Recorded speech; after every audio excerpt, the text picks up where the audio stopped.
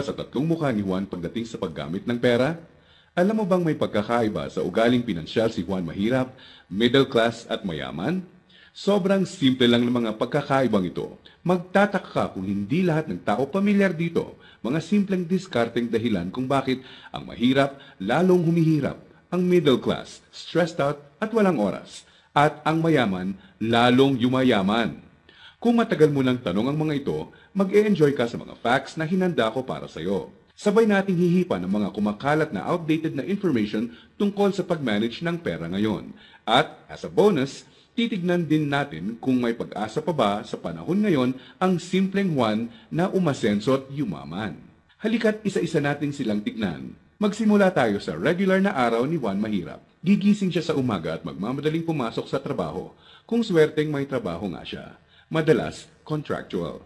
Minimum wage. Minsan, less than minimum pa.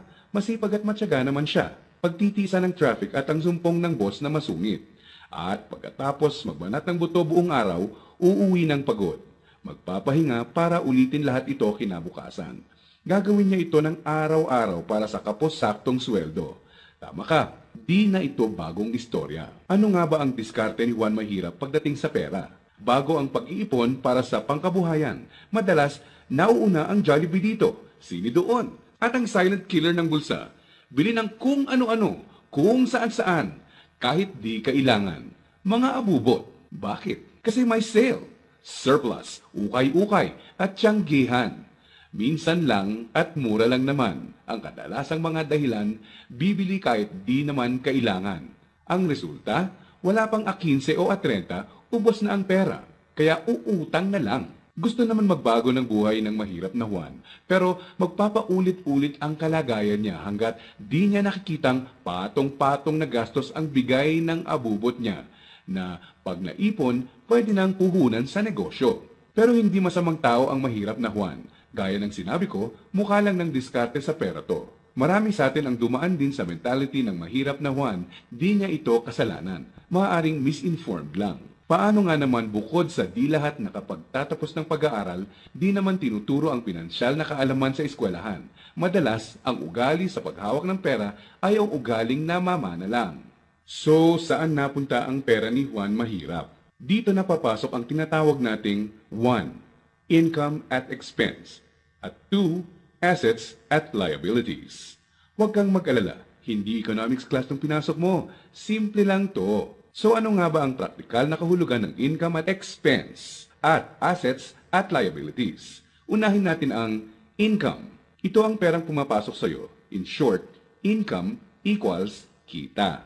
Kapag lumabas naman ang pera, tinatawag natin tong expense. Sa madaling salita, expense equals gastos. Ngayon, ano naman ang assets at liabilities? Asset ang isang bagay kung binibigyan ka nito ng income o kita. At liability naman kung expense o gastos ang binibigay nito. Balik sa tanong, saan napunta ang pera ni Juan Mahirap? Ang maikling sagot, madalas mas maraming expense o gastos kesa income o kita ang mahirap na Juan. Maaring sa sahod o maliit na extra lang siya umaasa para sa income, samantalang kaliwat kanan naman ang pinanggagalingan ng expense. Naloko na. May pag-asa pa ba ang mahirap na Juan? Malalaman natin yan mamaya. Ngayon, tignan muna natin ang behind-the-scenes kwento ni Juan Middle Class. Sa unang tingin, okay na okay ang lagay ng middle class na Juan. Ang totoo niyan, malaki ang tsansang mapagkamalan mo siyang mayaman. May bahay, may kotse, at nakikita mo silang nagbabakasyon minsan. At kung may bagong labas na gadget, mag-a-upgrade ang middle class na Juan. Pero ang di alam ng karamihan, marami dito ay promo, hulugan, o utang sa credit card na buwan-buwan sa sweldo na kakaltas. So, saan napupunta ang pera ni Juan Middle Class? Ang maikling sagot, mas madaming liabilities, nagbibigay gastos kesa sa assets, ang binibili ng middle class na Juan. Imbes na investments na gagawa ng income, nauuna sa listahan niya ang paggagamitan ng pera, ang upgraded na lifestyle. Gusto niya ang convenience at quality sa buhay. Tingnan nating halimbawa to. Kung traditional economics ang pagbabasehan, ang kotse at bahay ay madalas na sinasabing assets. Sa praktikal na buhay ni Juan, masasabi nating outdated na ang pananaw na to. Sa definisyon natin ng asset, ang isang bagay ay asset kung gumagawa ito ng income. Pero madalas, pagka down payment mo ng kotse, bahay o alahas, money out agad. Sa mga susunod na buwan, may babayaran ka ulit at huwag mong kakalimutan andyan pa ang insurance at tax. Money out nga naman, liabilities. Ang kotse ay nagiging asset lang kung nakakatulong siya ng gumawa ng income. Halimbawa na lang kung gamit sa negosyo. Ang bahay ay pwedeng maging asset kung paparentahan mo ito, lalagyan ng mga produkto sa negosyo or storage. O di kaya'y kung nagba-buy and sell ka ng bahay at mabibenta mo to ng mas mahal. So bakit walang oras at stressed out si Middle Class 1? Para mabayaran ang mga liabilities, kailangang mag-overtime, kumuha ng mas maraming trabaho at maghangad na ma-promote ng middle class na Juan kung siya ay empleyado. Para sa mga professionals at self-employed, kailangan nilang kumuha ng mas maraming kliyente o projects. In short, kailangan nilang ibenta ang oras at skills nila ng higit pa sa ginagawa nila dati nung wala pang liabilities para kumita ng mas malaki. Tulad ng kalagayan ng isang doktor.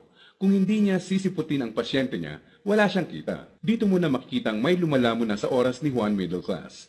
May mga celebrations sa family at friends ang di na niya ma-attendan. Kaliwat ka ng stress na ang kapalit ng upgraded lifestyle ni Middle Class 1. Para sa kayod kalabaw na discarding to, gugustuhin niya ng reward, tama? Kaya mas madalas na siyang mag-taxi, kahit pwede namang mag-jeep. Starbucks coffee na, dati okay na ang 3-in-1. Sa restaurant na mas madalas kakain, kahit pwede namang sa bahay. Ilang halimbawa lang ito. Sa oras na maisip ni Juan Middle Class na magnegosyo, ang kita niyang pangpupuhunan sana, pambayad sa liabilities na pupunta.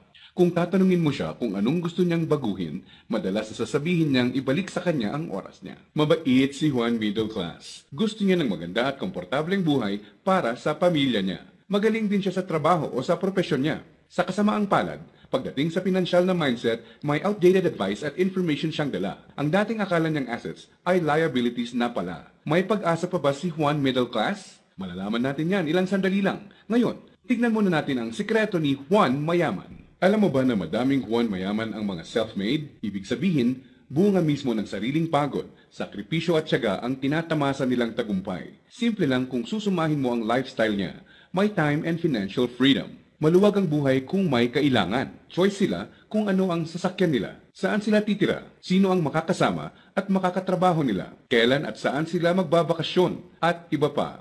In reality, mas madami din silang tsansang makatulong sa kapwa, gaya ng pagdodonate sa charity at pagsali sa outreach programs. Balik tayo sa tanong, saan napunta ang pera ni Juan Mayaman? Kapag may perang hawak si Juan Mayaman, sa asset niya ito dinadala. At sa asset na ito ay kikita pa ng mas maraming pera para sa kanya.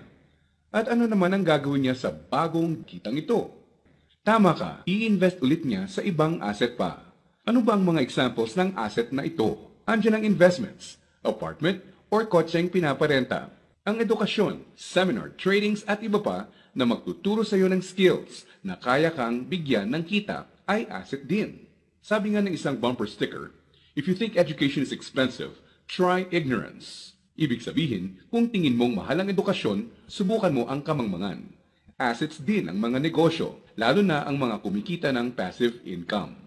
Paano ba napagtatrabahuan ni Juan Mayaman ang kanyang time and financial freedom? Ang sikreto? Passive income at leverage. Sa practical na ibig sabihin, ang passive income ay income na pumapasok kahit tapos na ang malaking parte ng trabaho mo dito. Konting oras na lang ang kailangan ni Juan Mayaman para i-maintain ang asset niya.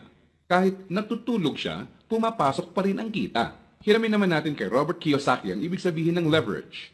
True leverage is the ability to do more and more with less and less. Ibig sabihin, ang tunay na leverage ay ang kakayanan na gumawa ng mas maraming gamit ang mas kaunti. Para mas madali nating maintindihan, gamitin nating halimbawa kung paano nagsimula ang isa sa mga pinakamalaking drugstore sa bansa.